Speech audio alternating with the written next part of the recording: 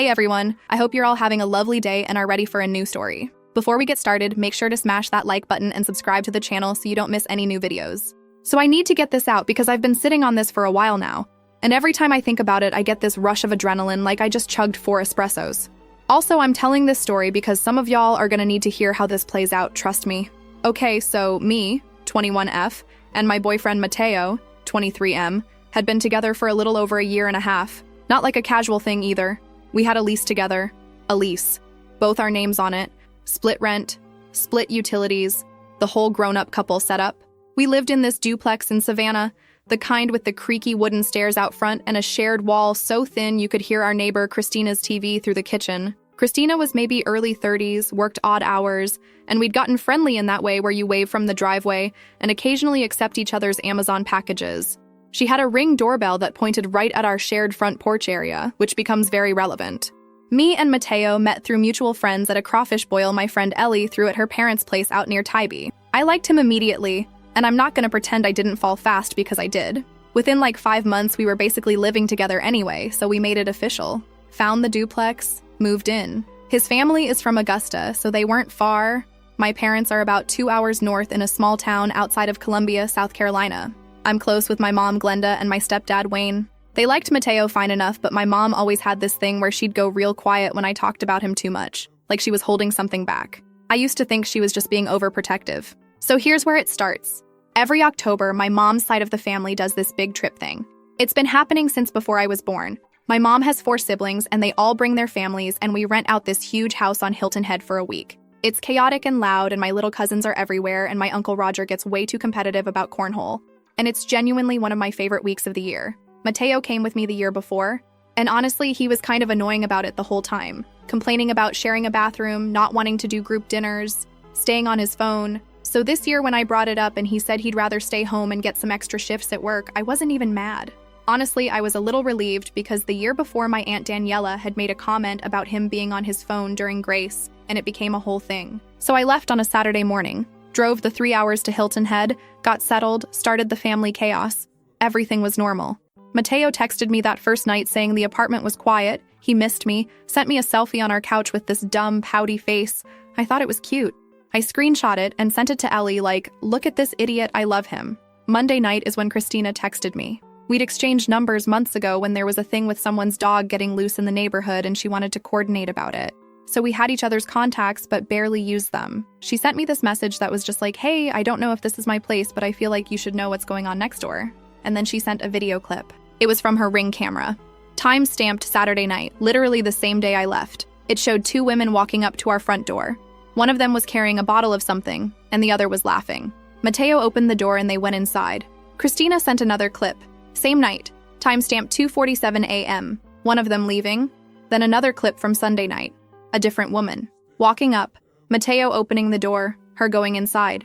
This one didn't leave until like 5:30 in the morning. Christina said she wasn't trying to start anything, but she could hear music through the walls until late and it had been going on every night since I left. She said she didn't know if maybe we had broken up or something and she just wanted to check in. I told her thank you and that I appreciated her letting me know, and then I put my phone down and stared at the ceiling of the bedroom I was sharing with my cousin Kira for probably 20 minutes. I want to be clear about something. I didn't cry, I didn't spiral. I sat there and I thought about it, and what I felt was this cold, focused anger that I don't think I've ever felt before in my life. Because this wasn't a gray area, this wasn't, oh, maybe they're just friends, maybe I'm overreacting. This was women in my apartment, in the home I pay rent for, while I was with my family. Multiple women, different nights, staying until sunrise. But here's the thing about me, and this is something my mom has always said about me since I was little. When someone wrongs me, I don't blow up right away. I go quiet. I plan. And I get even in ways people don't see coming. Glenda always tells this story about how when I was 9, some girl at school told everyone I peed my pants, and instead of fighting her, I spent 2 weeks being her best friend until she told me her biggest secret, and then I told the whole class at show and tell. Was that a little psycho? Maybe. But the principle stands. You don't show your hand when you're angry. You show your hand when you're ready. So I didn't say anything to Matteo. I texted him back like normal. Sent him pictures of my Uncle Roger losing at cornhole. Told him I missed him. Kept it completely chill. Meanwhile, Christina kept sending me clips every single night. Tuesday, different woman. Wednesday, the same one from Sunday came back. Thursday, 2 women at the same time. Every night. while he was texting me good night and I miss you and the apartment feels so empty without you. That one actually made me laugh out loud and Kira asked me what was funny and I just said a meme. I told my mom on Wednesday. Not because I wanted comfort, but because I needed her to know what was happening, so she wouldn't be confused by what I was going to do when I got home. We were sitting on the back deck of the rental house and everyone else was down at the beach. I showed her the videos. Glenda watched every single one without saying a word, and when she was done, she put my phone down and said, "Well, you know what you need to do," and I said, "Yes, ma'am, I do." That was it. No tears, no hugs. My mom knows me. The only thing she said after that was make sure he doesn't see it coming. And honestly, that woman raised me right. I came home on Sunday, drove back from Hilton Head, pulled into the driveway. The apartment looked normal from outside. I walked in and Matteo was on the couch playing video games like nothing in the world had ever happened. He got up and hugged me and said he missed me so much and helped me carry my bags in. I looked around. The apartment was clean, like suspiciously clean. He'd done the dishes, which he never does, vacuumed, taken out the trash.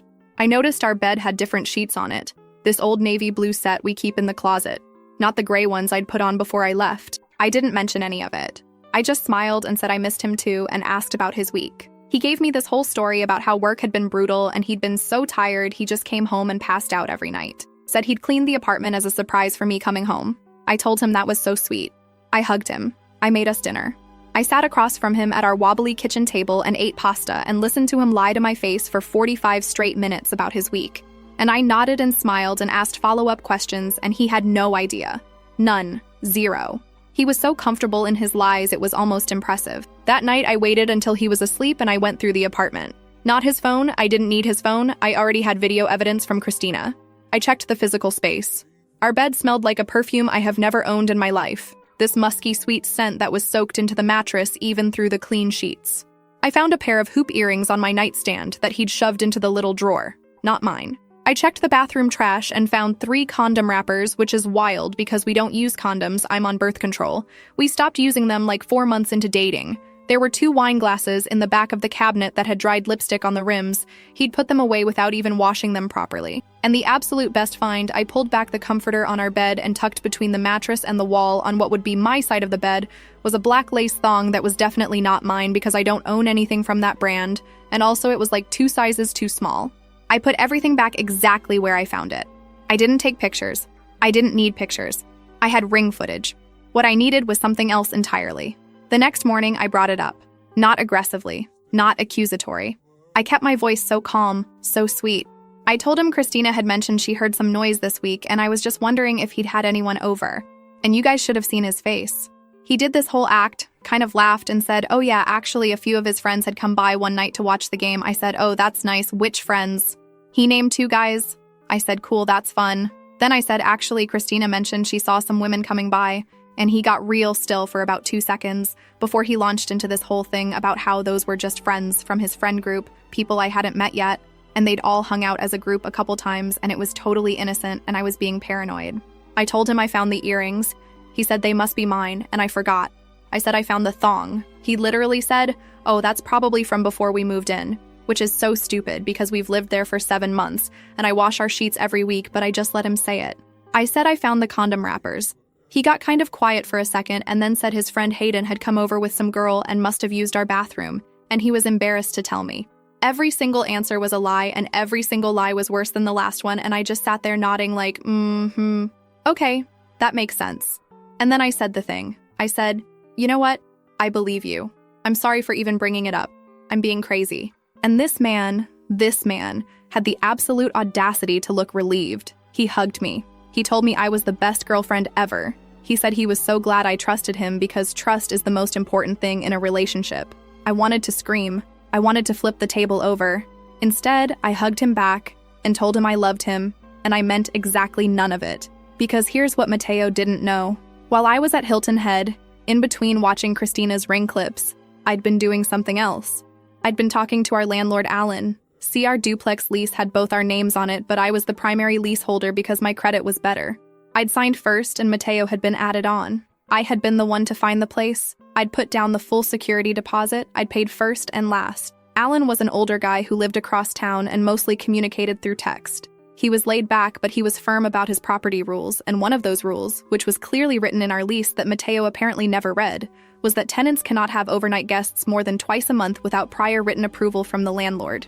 I had Ring camera footage of at least 5 different overnight guests in 7 nights. All in Matteo's name because I was out of state. I hadn't told Alan what was happening yet. I was saving that. I hadn't done anything yet, actually. I was being patient. Because the thing about Matteo is he's comfortable now. He thinks he got away with it. He thinks I bought every single one of his pathetic excuses, and he's walking around our apartment whistling and being sweet and calling me babe, and meanwhile I'm sitting here with a folder on my phone with every video Christina sent me, time-stamped and dated, and a copy of our lease agreement highlighting the guest policy clause, and a plan that's going to make him wish he'd just been honest with me. I'm not doing this because I'm heartbroken. Honestly, the heartbreak part was over by Tuesday when I saw the 3rd different woman on the Ring footage. After that, it wasn't about being sad. It was about the fact that this man used my home, the home I found, the home I put money down for, the home that has my name first on the lease, to bring random women into while I was at a family vacation, and then looked me in my face and called me paranoid for asking about it. No, absolutely not. That's not how this works. I told Ellie what was going on because she's been my best friend since high school, and her immediate response was not sympathy, it was excitement. She was like, "Oh, we're doing something about this, aren't we?" And I said, "Yes, we are." She wanted all the details right then, but I told her I needed to think about it more first, and she just sent back a voice note that was her cackling for like 9 seconds straight. That's my girl. So right now, Matteo thinks everything is fine. He's going about his life like he's the smartest man alive because he fooled his stupid girlfriend. He comes home and tells me about his day, and we watch TV together, and he falls asleep on my shoulder, and I let him. Because every single day he stays comfortable is another day. I'm getting ready. I know some of y'all are reading this, like, girl, just leave him.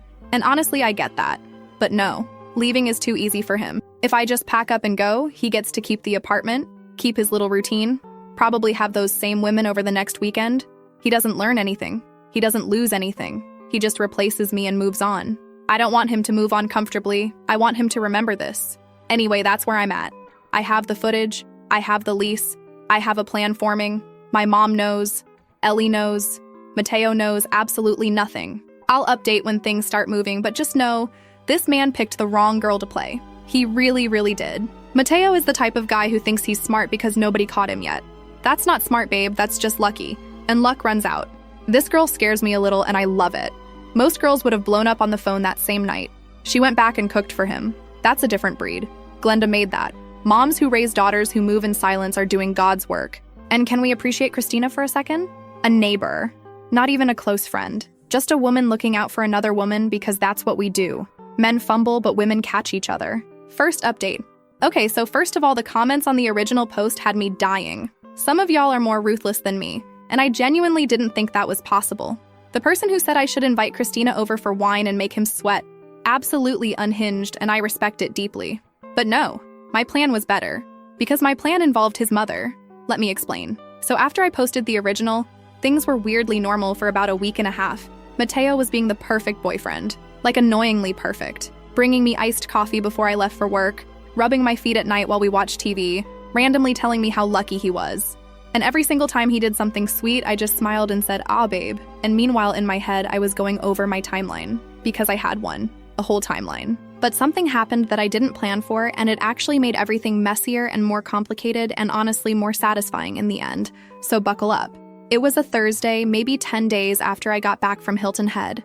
Matteo and I were in the kitchen, and he was making these frozen taquitos in the oven, because that's his idea of cooking, and I was sitting at the table scrolling my phone. He brought up Thanksgiving. His mom, Isabel, does a big thing at her house in Augusta every year, like 30 people minimum, his whole extended family, and he wanted us to drive up the day before and stay the whole weekend. He started talking about it like it was already decided, going on about how his mom had already planned the menu and she wanted me to bring my sweet potato casserole, because apparently everyone loved it last year.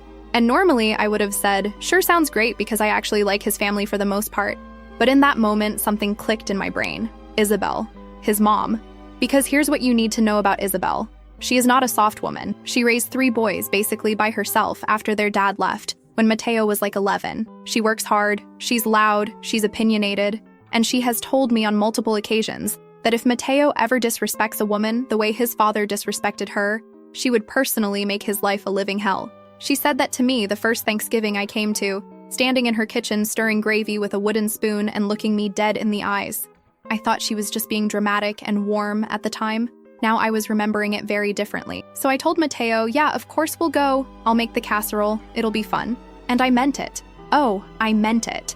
Because I had just decided that Thanksgiving at Isabel's house with 30 members of his family was going to be where this all went down. Now I know some of y'all are already yelling, no girl, don't do it at Thanksgiving, but hear me out.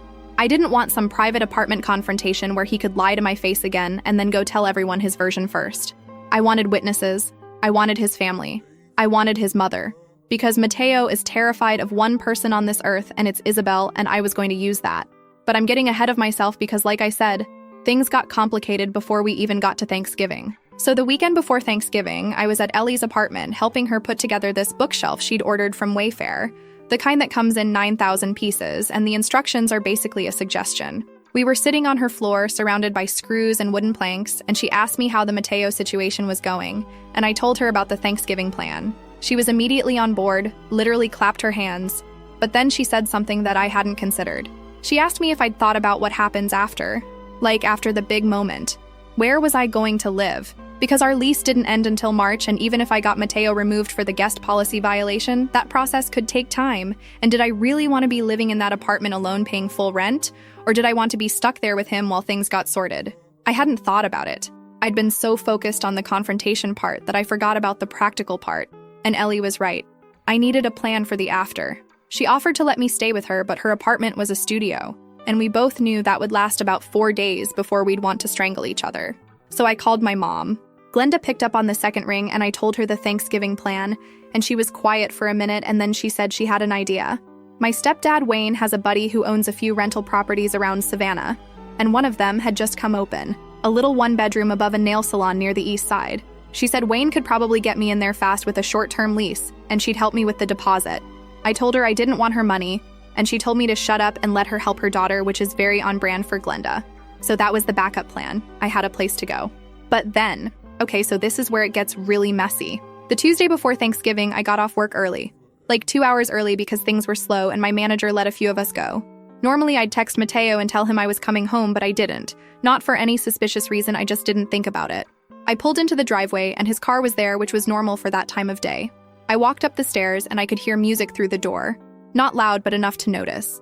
I opened the front door and the living room was empty, but there were 2 glasses on the coffee table, both with red wine in them and a woman's jacket draped over the arm of our couch. A denim jacket with little enamel pins on it. I stood there looking at that jacket and the 2 glasses, and I could hear Matteo's voice coming from the bedroom. Not yelling, just talking normally, and then a woman's laugh. And y'all. I know in my original post I was all cool and calculated and patient and strategic, and I am those things, but I am also a human woman, standing in her own apartment, listening to her boyfriend laughing with another woman in their shared bedroom. And I want you to know that every single rational thought left my body in about 3 seconds. I didn't go to the bedroom. I didn't go to the bedroom because if I had gone to the bedroom in that moment, someone would be writing this post from a county holding cell.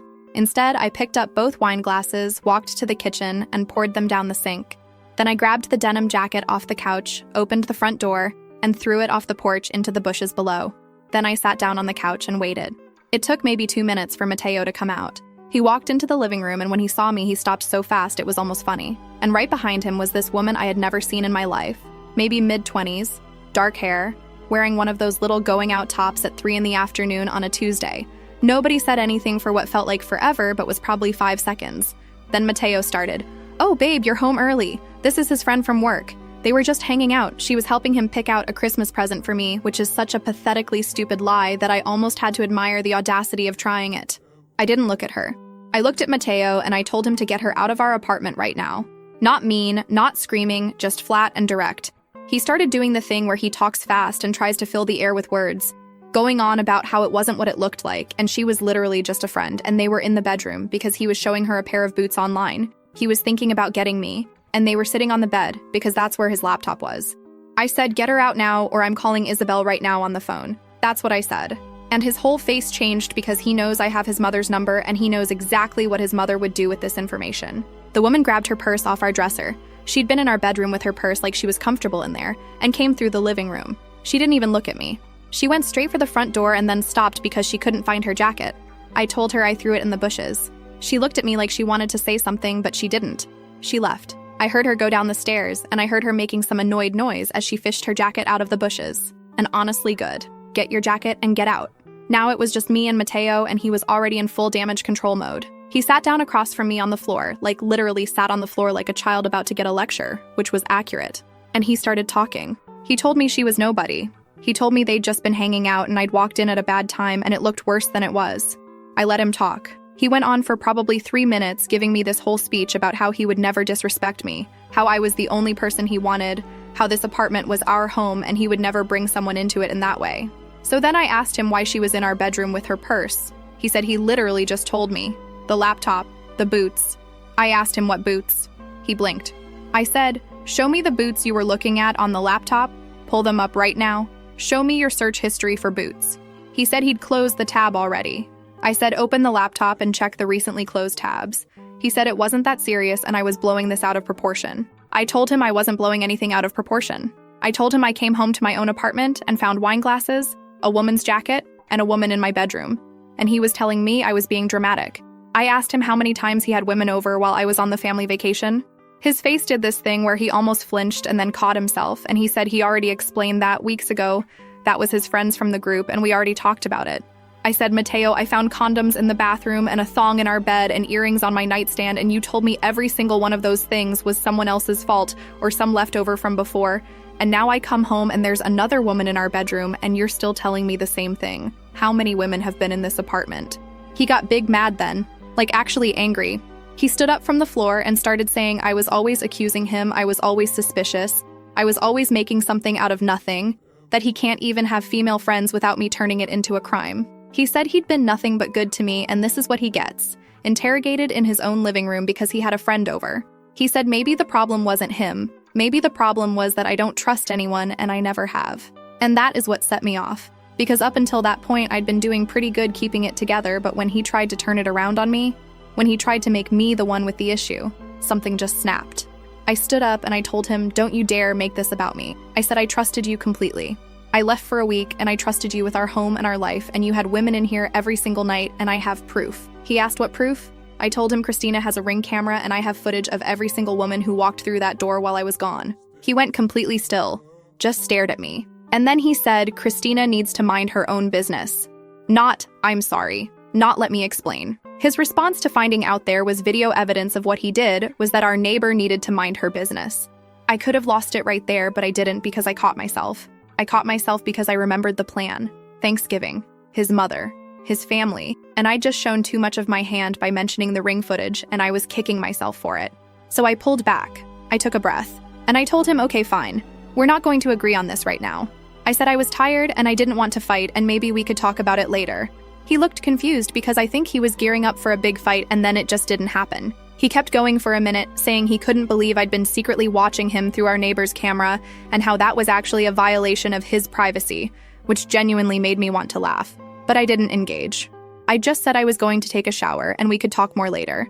I went to the bathroom and sat on the edge of the tub and texted Ellie everything that just happened. She sent back approximately 40 messages in a row, half of them in caps, and the last one just said Thanksgiving is going to be legendary. I also texted my mom and told her I'd slipped up and told him about the ring footage. Glenda replied and said that was fine, it doesn't change anything. He can know about the footage because the footage isn't the point. The point is what I'm going to do with it. And she was right. The rest of the night was brutal.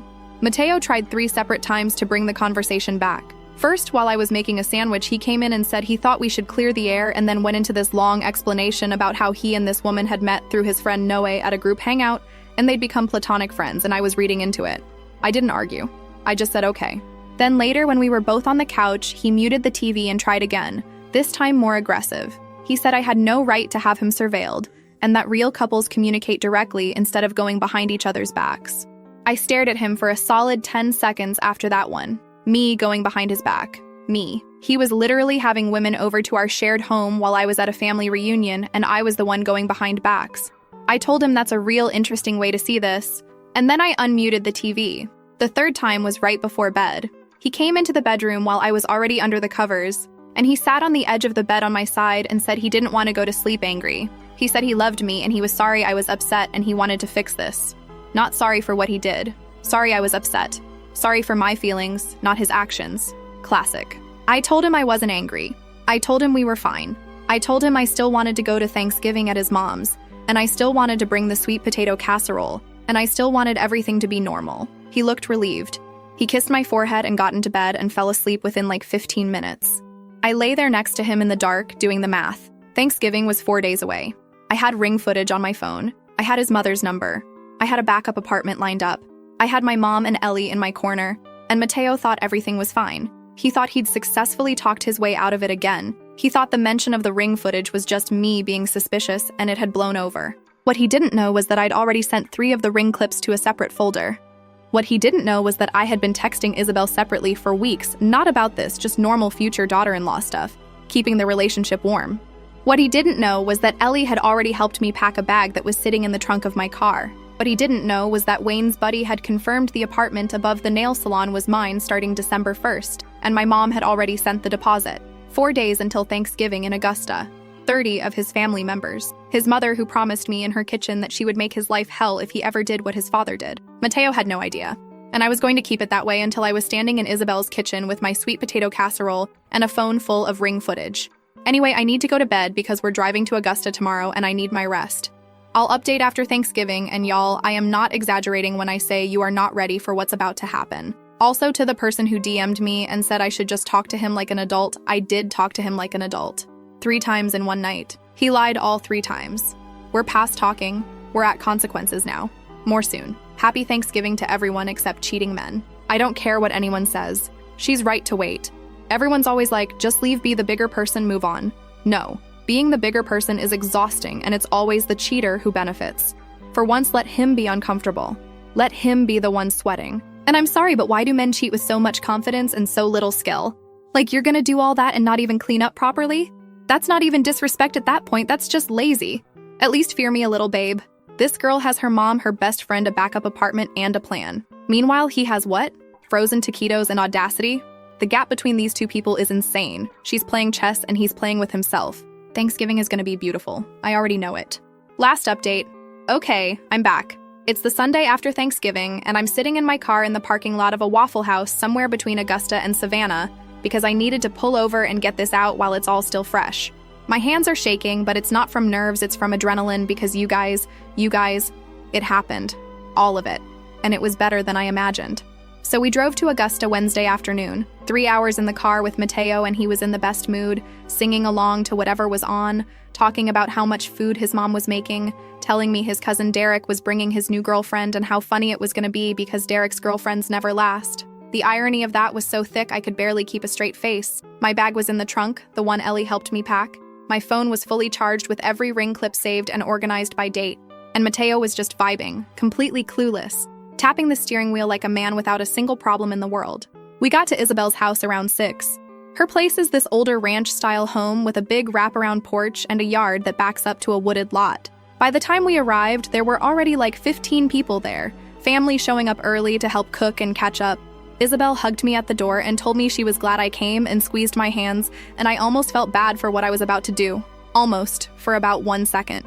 Then Matteo walked in behind me and kissed his mom on the cheek and told her he loved her, and I remembered every single lie he'd told me in the past month, and the feeling went away real quick. Thanksgiving morning was chaos in the best way. Isabel's kitchen was packed, aunts and cousins everywhere, like 4 different pots going on the stove. I made my sweet potato casserole and put it in the oven, and I helped Isabel's sister Wilma chop vegetables. And I was pleasant and smiling, and everyone kept telling Matteo how lucky he was, and he kept agreeing and putting his arm around me, and I let him. Every time he touched me, I was counting down. I waited until after dinner. I'm not a monster. I let people eat.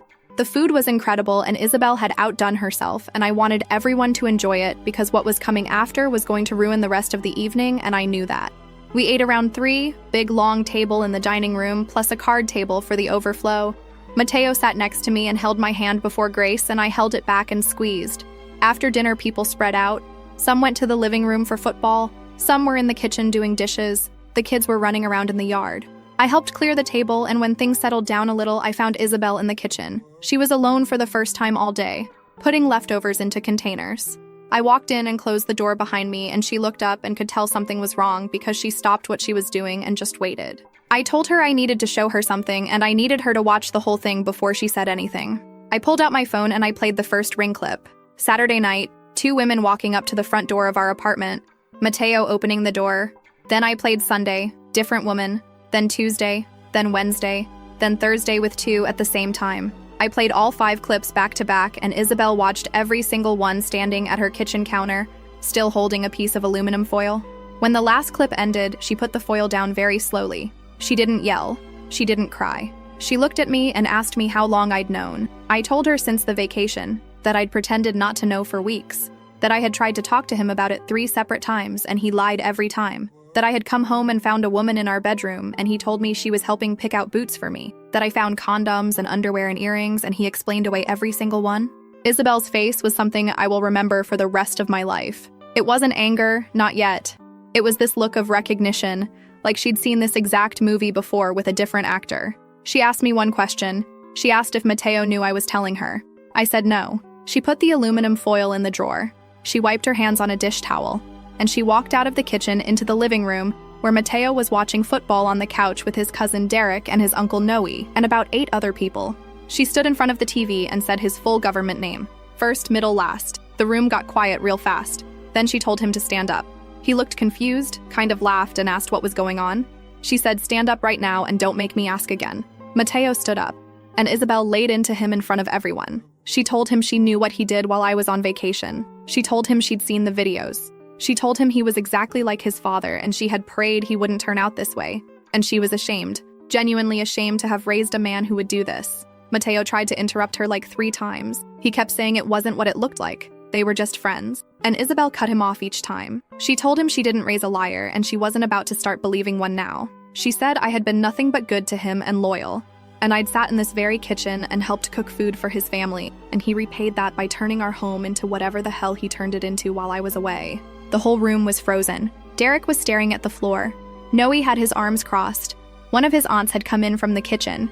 Matteo looked at me, and he knew. He knew I had done this on purpose, that I had waited, that the sweet potato casserole and the smiles and the hand-holding during grace was all part of it. And for the first time in our entire relationship, I saw him without an excuse. He didn't have a story. He didn't have a friend to blame. He didn't have a tab he'd closed or a jacket he could explain. He just stood there in his mother's living room on Thanksgiving with his whole family watching, and he had nothing. He tried one more time. He looked at me and asked me why I did this here, why I couldn't have just talked to him privately. And I told him I did talk to him privately. I talked to him about the earrings, and he lied. I talked to him about the thong, and he lied. I talked to him about the condoms, and he lied. I talked to him when I literally caught a woman in our bedroom, and he lied. He used up every private conversation I was willing to give him. Isabel told him to sit down and not say another word. She turned to me and said she was sorry this happened under her roof in her family, and she told me I was welcome in her house anytime whether I was with Matteo or not. Then she went back to the kitchen. I grabbed my bag from the guest room. Matteo followed me and was talking fast, saying I was humiliating him, that I was ruining Thanksgiving, that his family was never going to look at him the same. And I told him, good. That was the whole point. I told him he ruined Thanksgiving the moment he decided to bring women into our home while I was at a family vacation. I told him the apartment was mine, the lease was in my name first, and he needed to figure out his living situation because I was talking to our landlord Alan on Monday about the guest policy he violated. I told him happy Thanksgiving, and I walked out. I drove back to Savannah that night. 3 hours in the dark on I-16 with my bag in the trunk and Ellie on speakerphone losing her absolute mind. I told her everything and she was screaming so loud I had to turn the volume down. My mom called me somewhere around Metter and I told her it was done and she just said, "That's my girl," and told me to drive safe. I'm at the Waffle House now getting hash browns before I finish the drive. My phone has been going off nonstop. Matteo has sent me probably 30 texts ranging from angry to begging to angry again. His brother sent me a message saying I didn't need to do that in front of everyone. Isabel sent me a message saying she's proud of me and she's sorry about her son. If you've been following this from the beginning, thank you. Truly. Some of those DMs and comments kept me going on the nights where I was lying next to him pretending everything was fine. We're done here. I'm done here. Going to eat my hash browns and drive home to my apartment. Happy late Thanksgiving. Why couldn't you do this privately? Is the anthem of every man who used up all his private chances lying. You don't get privacy anymore, babe. You spent that. It's gone. You used it on boot shopping excuses and mysterious earrings. His brother texting, "You didn't need to do that in front of everyone?" Boy, where were you? The family loyalty is always loud when he's embarrassed but dead silent when she's getting played. Funny how that works, right? Isabel is the mom every girl prays her boyfriend has. The ones who love their sons but love the truth more. That's rare.